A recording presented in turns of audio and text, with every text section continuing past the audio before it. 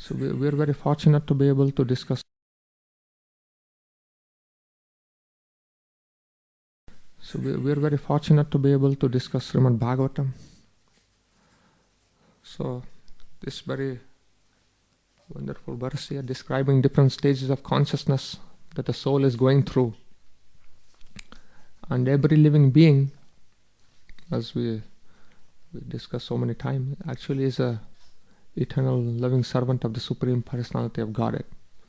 Nitya Siddha Krishna Prema Sadhya Kabunai Sravanadi Sudachiti Kare Udai. Everyone has the potential to render loving service to the Lord. Just as a child, every child has a potential to walk, but it needs the help of the mother, and he has to make some effort. If those both things are there, then he will learn how to walk. Similarly, every soul has a potential to render loving service. Nitya Siddha Krishna Prem has that potential to become a Nitya Siddha. Potential is there. And to remember Prem Bhakti to the Supreme Personality of Godhead. But it needs two things. One is needs the mercy of the Lord. And that mercy of the Lord, Krishna Prasade Guru Milite, that results in the manifestation of Guru before our eyes. And by the mercy of the Guru, so it needs the mercy of Guru and our Sravanadi, hearing with faith. These two things are necessary. The Guru will be manifested by the mercy of Krishna. When he sees that the soul wants to learn how to walk. If a child doesn't want to learn, is a lazy fellow, doesn't make effort, then mother will not be inspired to teach him how to walk. So if the soul is not having some desire to turn his face towards the Supreme Personality of Godhead, then Guru will not manifest between that person. Krishna will not send. Radha Krishna, he wants to protect his dear devotees from the materialistic persons. What to speak of, send them to averse persons who are averse to Krishna consciousness. So that is one thing, that we should be eager to hear Krishna Katha. That is our endeavor. Sravana Adi. Because first thing, Sravana is the root of the ninefold devotional service. Sravana. Sri Guru will speak Krishna Katha. That is the arrangement of Yoga Maya. When we have some little desire to fulfill our goal of life, to develop, actually Srila Prabhupada called it International Society for Krishna Consciousness. Krishna Consciousness. So what is Krishna Consciousness? Krishna Consciousness is the goal of life. It is, it's not something I have it now. It is the goal of life. Krishna Consciousness means to be fully absorbed. Manmana bhava mad bhakta. Fully absorbed in Krishna's pastimes. Which is the essence of all nectar. So that is the goal of life, So that's why the goal should be in the center of one's life, The goal should be in the center. And there is a mention, like, sometimes devotees get into, what is Raganuga Bhakti, Maybe we should look for, we want Raganuga Bhakti. But what is Raganuga Bhakti? This definition is just a very interesting definition is there. This Chaitanya Chaitamrita. Ishte gada trishna ragera swarupa lakshana ishte avvishtata e tatashta lakshana. So the thing is that this Raganuga Bhakti, what is the meaning? Is that in the Lord, in the Ishta, gada trishna, one has very deep thirst. That is, just like if one is very hungry, he can eat a lot. So one is very hungry or thirsty to relish the beauty of the Supreme Personality of Godhead, to see His beautiful form, Madhuram Madhuram, the sweetest of all sweet things. Then he can relish that. Then one can absorb the mind, always in him, 24 hours a day. That's why it's mentioned, Ishte Avashtata. Then you can absorb, think of the Lord always. Avishthata means your mind is full of the Lord. Full of the Lord. Then your mind will be always full of the Lord. So that is called tatashta lakshana. That is secondary.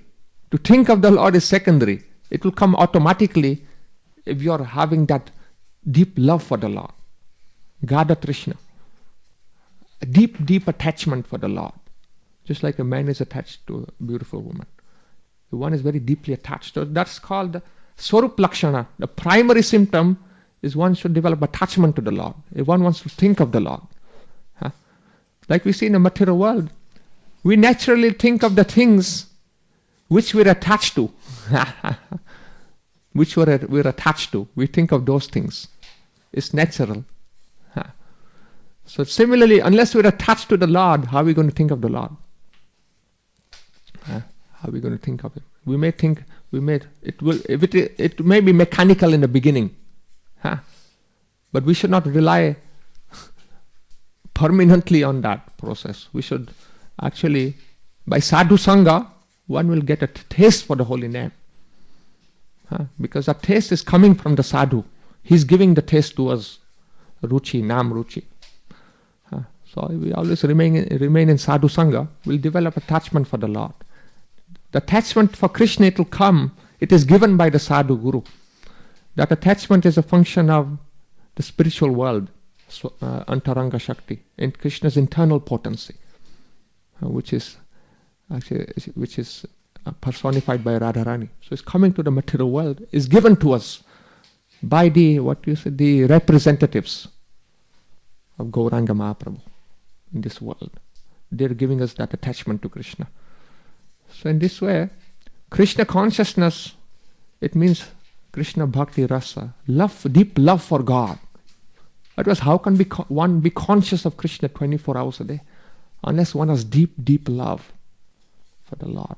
And that love, the symptom of love, actually I left my notebooks in London, but there's one wonderful sloka by Baladev Vidyabusan, I think, that the meaning of bhakti means crying for the Lord.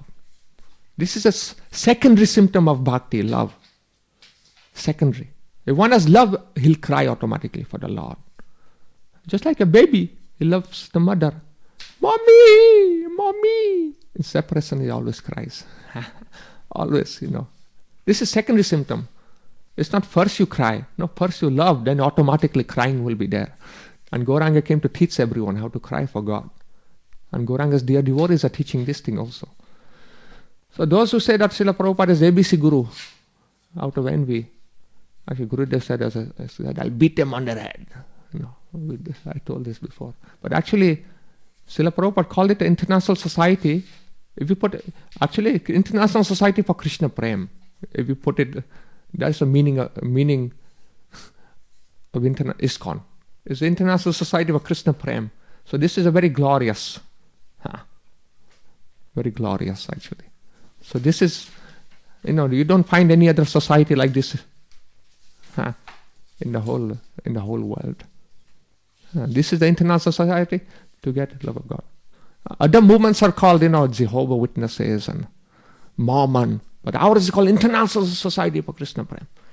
Because only love of God can unite the whole world, can unite the Hindus, Muslims, Christians, all the Vaishnavas in the world, on the basis of the love of God.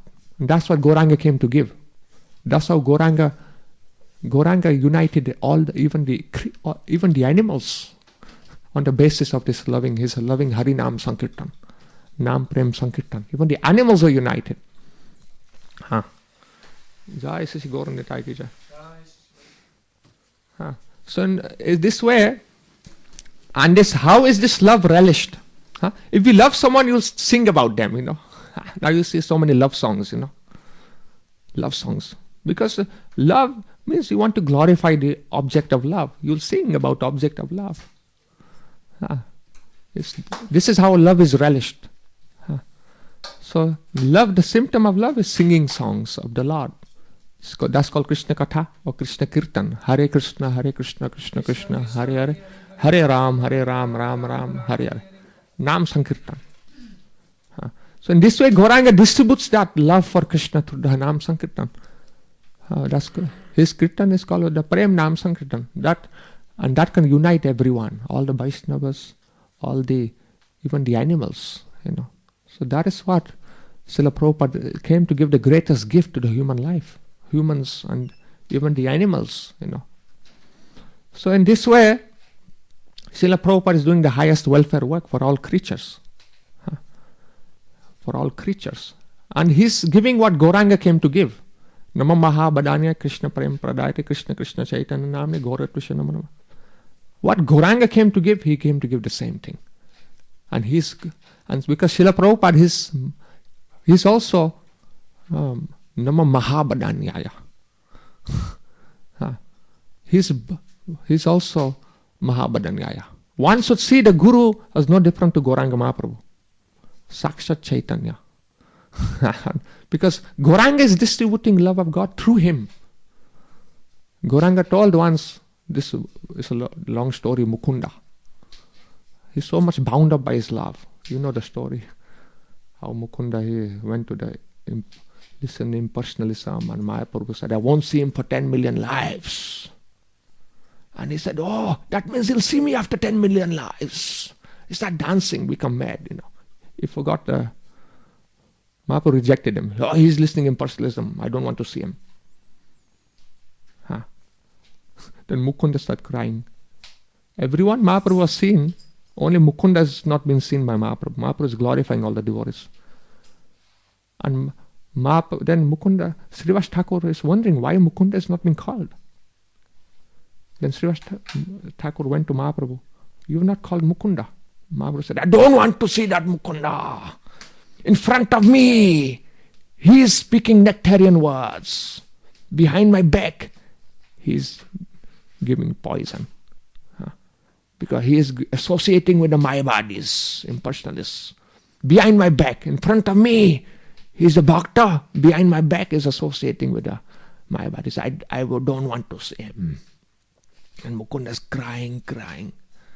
Mahaprabhu rejected me. Then Srivas Thakur went. He told him, Mahaprabhu is not wanting to see you. Srivas Thakur is also crying. Because it's so dear is Mukunda. He's the best kirtanier there, one of the best. Ecstatic kirtan, everyone's heart melts. Even the animals, his kirtan is so sweet. The nature of the love of God, it melts people's heart. The songs of love of God means the song sang with love for Krishna. It melts the heart of any creature. Pasu paki jure, even the birds and the animals. This is the highest welfare work. So then Mukunda said, go and ask Gauranga when he'll see me again. When he'll see me again. In the future, will there be a day I can again have his darshan? Then this Mukunda went, Srivas Thakur went to Gauranga, said, Mahaprabhu, will you ever see Mukunda again? Mahaprabhu said, I will see him only after 10 million births. Then Srivas Thakur went and told. Then Mukunda started dancing. What? 10 million? One day I'm going to see him. I'm going to see Mahaprabhu. What is 10 million births compared with eternal time? I've been in a material world. 10 million births. I will see Mahaprabhu. Yes, he started dancing and ecstatic, crying. He forgot everything. And then Mahaprabhu was laughing then. Said, bring him here. And they had to carry him. Said, Mukunda, come here. He doesn't know anything that Mahaprabhu calling. He's just crying. He's in a different world, the world of the happiness, supreme, unlimited bliss. He's drowning in that. Mahaprabhu will see me again. They had to carry him to Mahaprabhu. He could not even walk. Then Mahaprabhu said, now, because of your eagerness to see me, therefore, your 10 million births have gone now. In one moment, now you've seen me. Your karma is gone. By your eagerness to see me. This is teaching. Eagerness is the most important thing in spiritual life. If you're eager, we'll be always enthusiastic to serve the Lord.